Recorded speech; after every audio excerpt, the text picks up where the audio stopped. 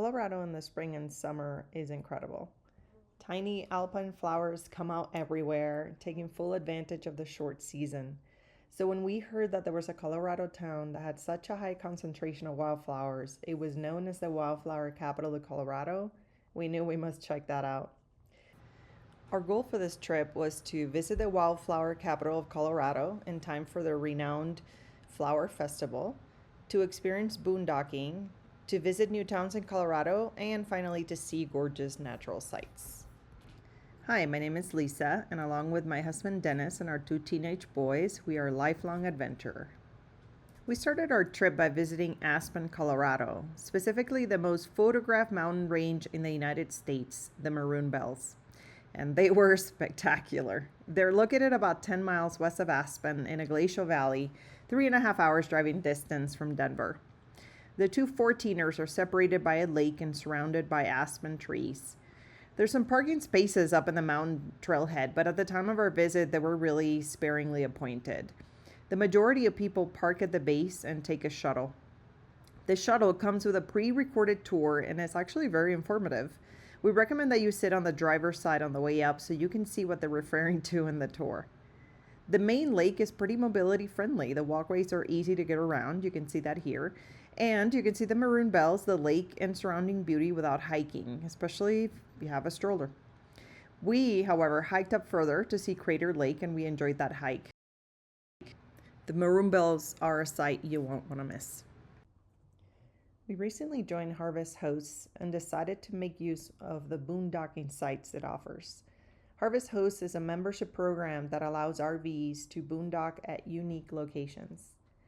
We stayed at the Vino Salida in Porches Springs, Colorado. They are a cute winery with live music on the weekends. The boondocking spot was inside their parking area, but the sites were level and pretty quiet after the winery closed. Our boondocking was seamless and it was so much fun to just walk over to the winery, have some beer, wine, sangrias, tapas, and just listen to charming live music. Next, a new RV park family favorite. We stayed one night in my new favorite location, the Four Seasons RV Park. Initially, I have to admit I was a little bit skeptical. The reviews online were mixed and the park looked a little bit old, but my concerns were for naught. Our site was riverfront and it was spacious, plus it was shaded by really large old trees. All the sites had an amazing side of the river and we entertained ourselves watching folks raft down the river all day long. You'd be surprised what people raft on. Well, at this time our vacation time was over, so back to work. We selected the pretty new Salida RV resort for our work week. While this RV resort is neighbors with the Four Seasons RV park, it is just so much better suited for a work week. The Wi-Fi signal from the park was very good. It included a fitness center, which is not something I've seen before, a well-appointed clubhouse with a pool table, kitchen, plenty of seating, a laundry, pickleball courts, and a walking trail. For two adults who need great Wi-Fi to work productively, plus two teenagers that need to be able to entertain themselves while we're working productively, it was a win-win. During the day, we would work from the clubhouse while the boys slept, and then we would have lunch at the RV and finish working either from the RV or back at the clubhouse. If we rate this RV resort just for the work setup, we rate it a 9 or a 9.5. It just makes working remotely incredibly easy. If we rate it for relaxing, we'd give it a 7.5 or an 8. While we like the amenities, the sites didn't have a lot of shade and the constant wind made it a little bit dicey to open the awning. And so, as you know, the blinding Colorado sun in the summer just made it a little bit harder to spend any time outside. During our time in Salida, Colorado, the boys enjoyed mini golf and even a round of bowling. There was plenty to do in this area to keep anyone occupied.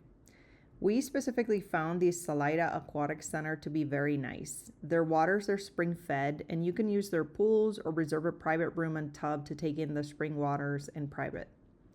We did both, and while the waters were very hot, we enjoyed them and came out of the pools just very relaxed. However, the clear winner of the Fun Award in Salida was White River Rafting. This area of Salida has many White River rafting outfits, and we selected the Salida River Adventures. It was the boys' first time rafting, and we picked up the type 2 and 3 rapids, and they just had an absolute blast.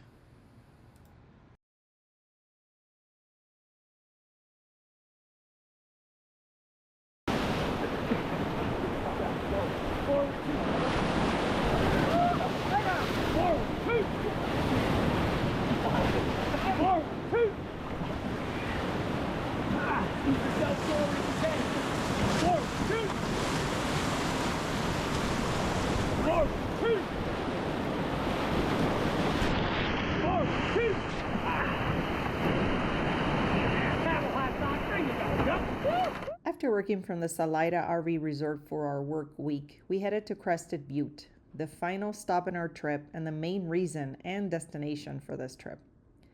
This area is well known for its top-notch hiking, mountain biking, festivals, Nordic sports, river activities, and of course, skiing.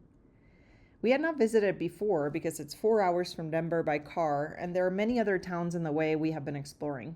However, we cannot be more pleased to have visited it. We stayed at the Crested Butte RV resort, and while there was some drama with our reservation, we thought we had one, we didn't, based on a really weird reservation system.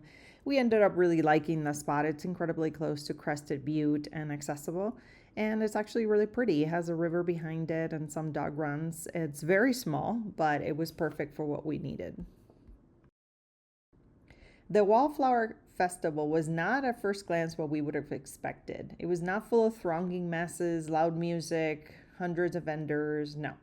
This festival was a low-key celebration of Crested Butte's natural beauty. The town offered hundreds of classes, from photography to art to hikes to talk.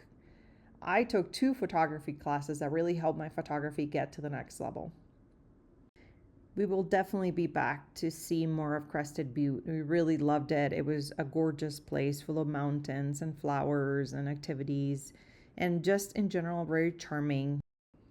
And that's it for this trip and lifelong adventure.